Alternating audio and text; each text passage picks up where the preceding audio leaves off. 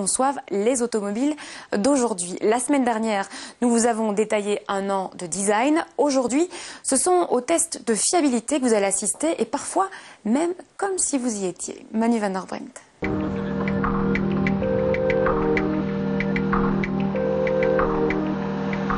Nous sommes à Aubevoie, Normandie, pays des vaches rousses, blanches et noires. Mais ici, ce sont les automobiles qui en voient de toutes les couleurs. Le design à peine finalisé, les premières plateformes roulantes avaient ici entamé leur calvaire. Mais depuis un an, ce sont des exemplaires de pré-production qui essuient les plâtres. Placés en cellules d'isolement, deux comparses doivent avouer leur faiblesse sous la contrainte. L'une suffoque à plus de 40 degrés, humidité maximale. L'autre survit dans les rigueurs de l'hiver. Mais la seule à se plaindre, c'est la caméra. Alors là, on peut vraiment parler d'un choc thermique, là, non? Un choc thermique, pas vraiment, puisque nous restons toujours dans des conditions clients. Il faut savoir qu'en fait, le froid moins 15 que vous voyez ici nous permet en fait de tirer un enseignement qui est de vérifier si le dégivrage fonctionne toujours, si on peut toujours utiliser du chauffage ou si simplement on peut démarrer le véhicule à moins 15 degrés. Validation des fonctions porte, vitre et lave-glace. Voilà, donc elle démarre bien. Interprétation ensuite de petites maladresses type d'un client mal réveillé. Donc il faut savoir que ce badge a été entreposé dans la même cellule à moins 15 degrés. Donc le badge est tombé. Je vérifie à l'aspect que tout fonctionne.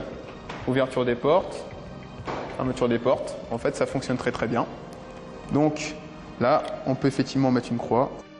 Et le chemin de croix est loin d'être terminé pour Mégane. En voici une autre à l'épreuve du micro-ondes option inox, ou plutôt dans la chambre de compatibilité électromagnétique, un poste clé par les temps qui courent. Il y a une réglementation européenne qui est très sévère déjà, 30 volts par mètre, alors que pour ce que vous utilisez dans la vie courante, c'est 3 volts par mètre. Et nous allons jusqu'à 100 volts par mètre pour tout ce qui est système de sécurité attenant au conducteur et à la voiture. Gestion moteur, éléments de sécurité active, en aucun cas, Mégane ne doit se laisser perturber. Les perturbations électromagnétiques, on les combat d'une part en validant les électroniques intrinsèquement par des filtrages, par du blindage du boîtier si c'est nécessaire, mais aussi en disposant les câblages le long des parois métalliques parce que là on est moins sensible, et aussi en torsadant les fils si besoin est. On peut aller jusqu'à torsader les fils. C'est un peu plus cher, mais si nécessaire, on va par là. Sans quitter la Normandie, Mégane va parcourir le monde. C'est son marché de prédilection qui fera varier le type de test. Exemple. Ça permet de valider toutes les entrées de poussière de la voiture, donc vérifier l'étanchéité de la voiture à la poussière. Alors là, on la secoue un peu pour vérifier que ça rentre bien partout où ça peut rentrer.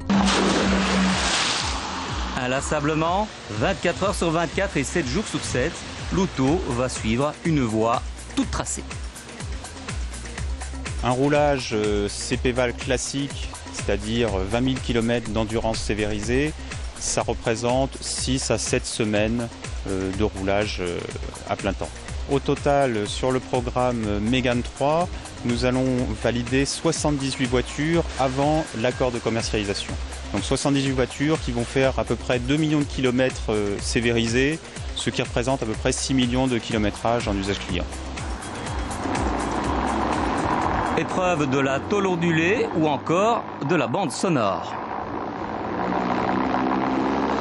Toutes ces mises en fréquence sollicitent à la fois la structure et les éléments de filtrage. Là, on est vraiment dans les coins les pires. Je ne sais pas s'ils envoient les cyclistes sur des pistes aussi mauvaises, parce que là, vraiment, il y a des pavés, mais le but du jeu, c'est surtout d'avoir des trous très importants pour solliciter vraiment l'amortissement de la voiture et l'ensemble de la caisse de la voiture. Donc là, on est vraiment sur des sollicitations extrêmes qui correspondent à des cas vraiment accidentels. C'est-à-dire qu'un client normal, il peut tomber sur quelque chose de ce genre, mais vraiment, quand la route est très dégradée, c'est pas vraiment des conditions de route normales. Détrompez-vous, monsieur l'ingénieur, en Belgique, des routes pourries, on en fait d'aussi belles que vous. Ceci, c'est carrément une piste abominable. Comment ça s'appelle, ça? Alors celle-là, elle a un petit nom qui s'appelle le body twist. Alors le twist, c'est le déhanchement. C'est comme la danse. D'ailleurs, vous voyez que ça balance pas mal sur cette piste-là. Donc en fait, là, on valide toute la tenue des amortisseurs et des différents points de fixation sur la caisse. Donc là, on va vraiment chercher les butées de déplacement de la voiture. Donc ça, c'est vraiment une sollicitation extrême qu'on rencontre peu dans la vraie vie, mais qui correspond là aussi à notre philosophie d'aller chercher toujours les limites de la voiture. Et pour digérer après tout ça, que diriez-vous d'un petit trou normand qui n'a rien de normal, ni même en vérité de normand? Bon, ce trou-là, on le passe en général une dizaine de fois. Et puis après, on arrête. On mesure les dégâts? On mesure les dégâts, on vérifie à chaque fois qu'il n'y a pas de dégâts sur la voiture ou pas de dégâts majeurs sur la voiture. Question, monsieur et madame ne respectent rien, ont un fils. Où travaille-t-il? Ici.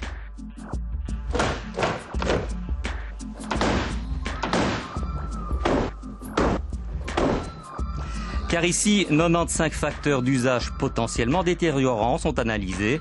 Dans le jargon, ce sont les sollicitations incidentelles clients.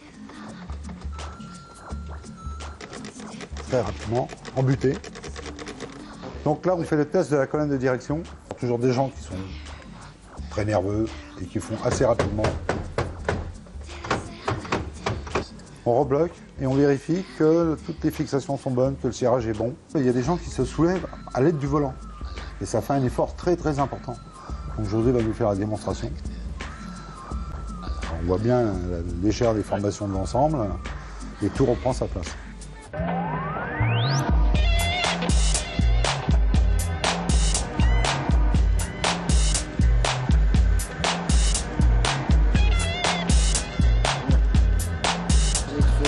Mais Mégane ne se contente pas seulement de voyages virtuels. Quelques exemplaires sont envoyés dans des pays représentatifs, voire exotiques, Australie, Grand Nord et pays émergents. Là encore, le mot d'ordre est sollicitation. On va chercher à l'international des choses que l'on n'arrive pas à reproduire dans nos laboratoires ni sur nos pistes d'essai, en particulier du climatique. On va chercher du grand froid, du grand chaud, du chaud et humide qu'on n'a pas en France. On va rechercher de l'altitude également, qu'on a du mal à trouver au niveau où on le veut en France. Éventuellement de la vitesse, donc on peut aller dans certains pays où on a la possibilité de rouler plus vite tout en étant en pleine chaleur. Et puis on va rechercher aussi des états de route ou des conditions de route un peu particulières, comme en Russie par exemple, où on va chercher des combinaisons, sel de déneigement, neige fondue, boue, mauvaise route. On s'est aperçu qu'en Russie, on consommait très très rapidement le bocal de lave-glace dans de mauvaises conditions. Donc ça fait partie des choses dont on est obligé de tenir compte ensuite lorsque l'on veut commercialiser des voitures dans ces pays-là. Et tous ces tests ne s'arrêtent pas avec la sortie de Mégane. Aujourd'hui, l'important reste encore de précéder les tout premiers clients et surtout de prévenir un maximum de pépins qu'on espère toujours petit.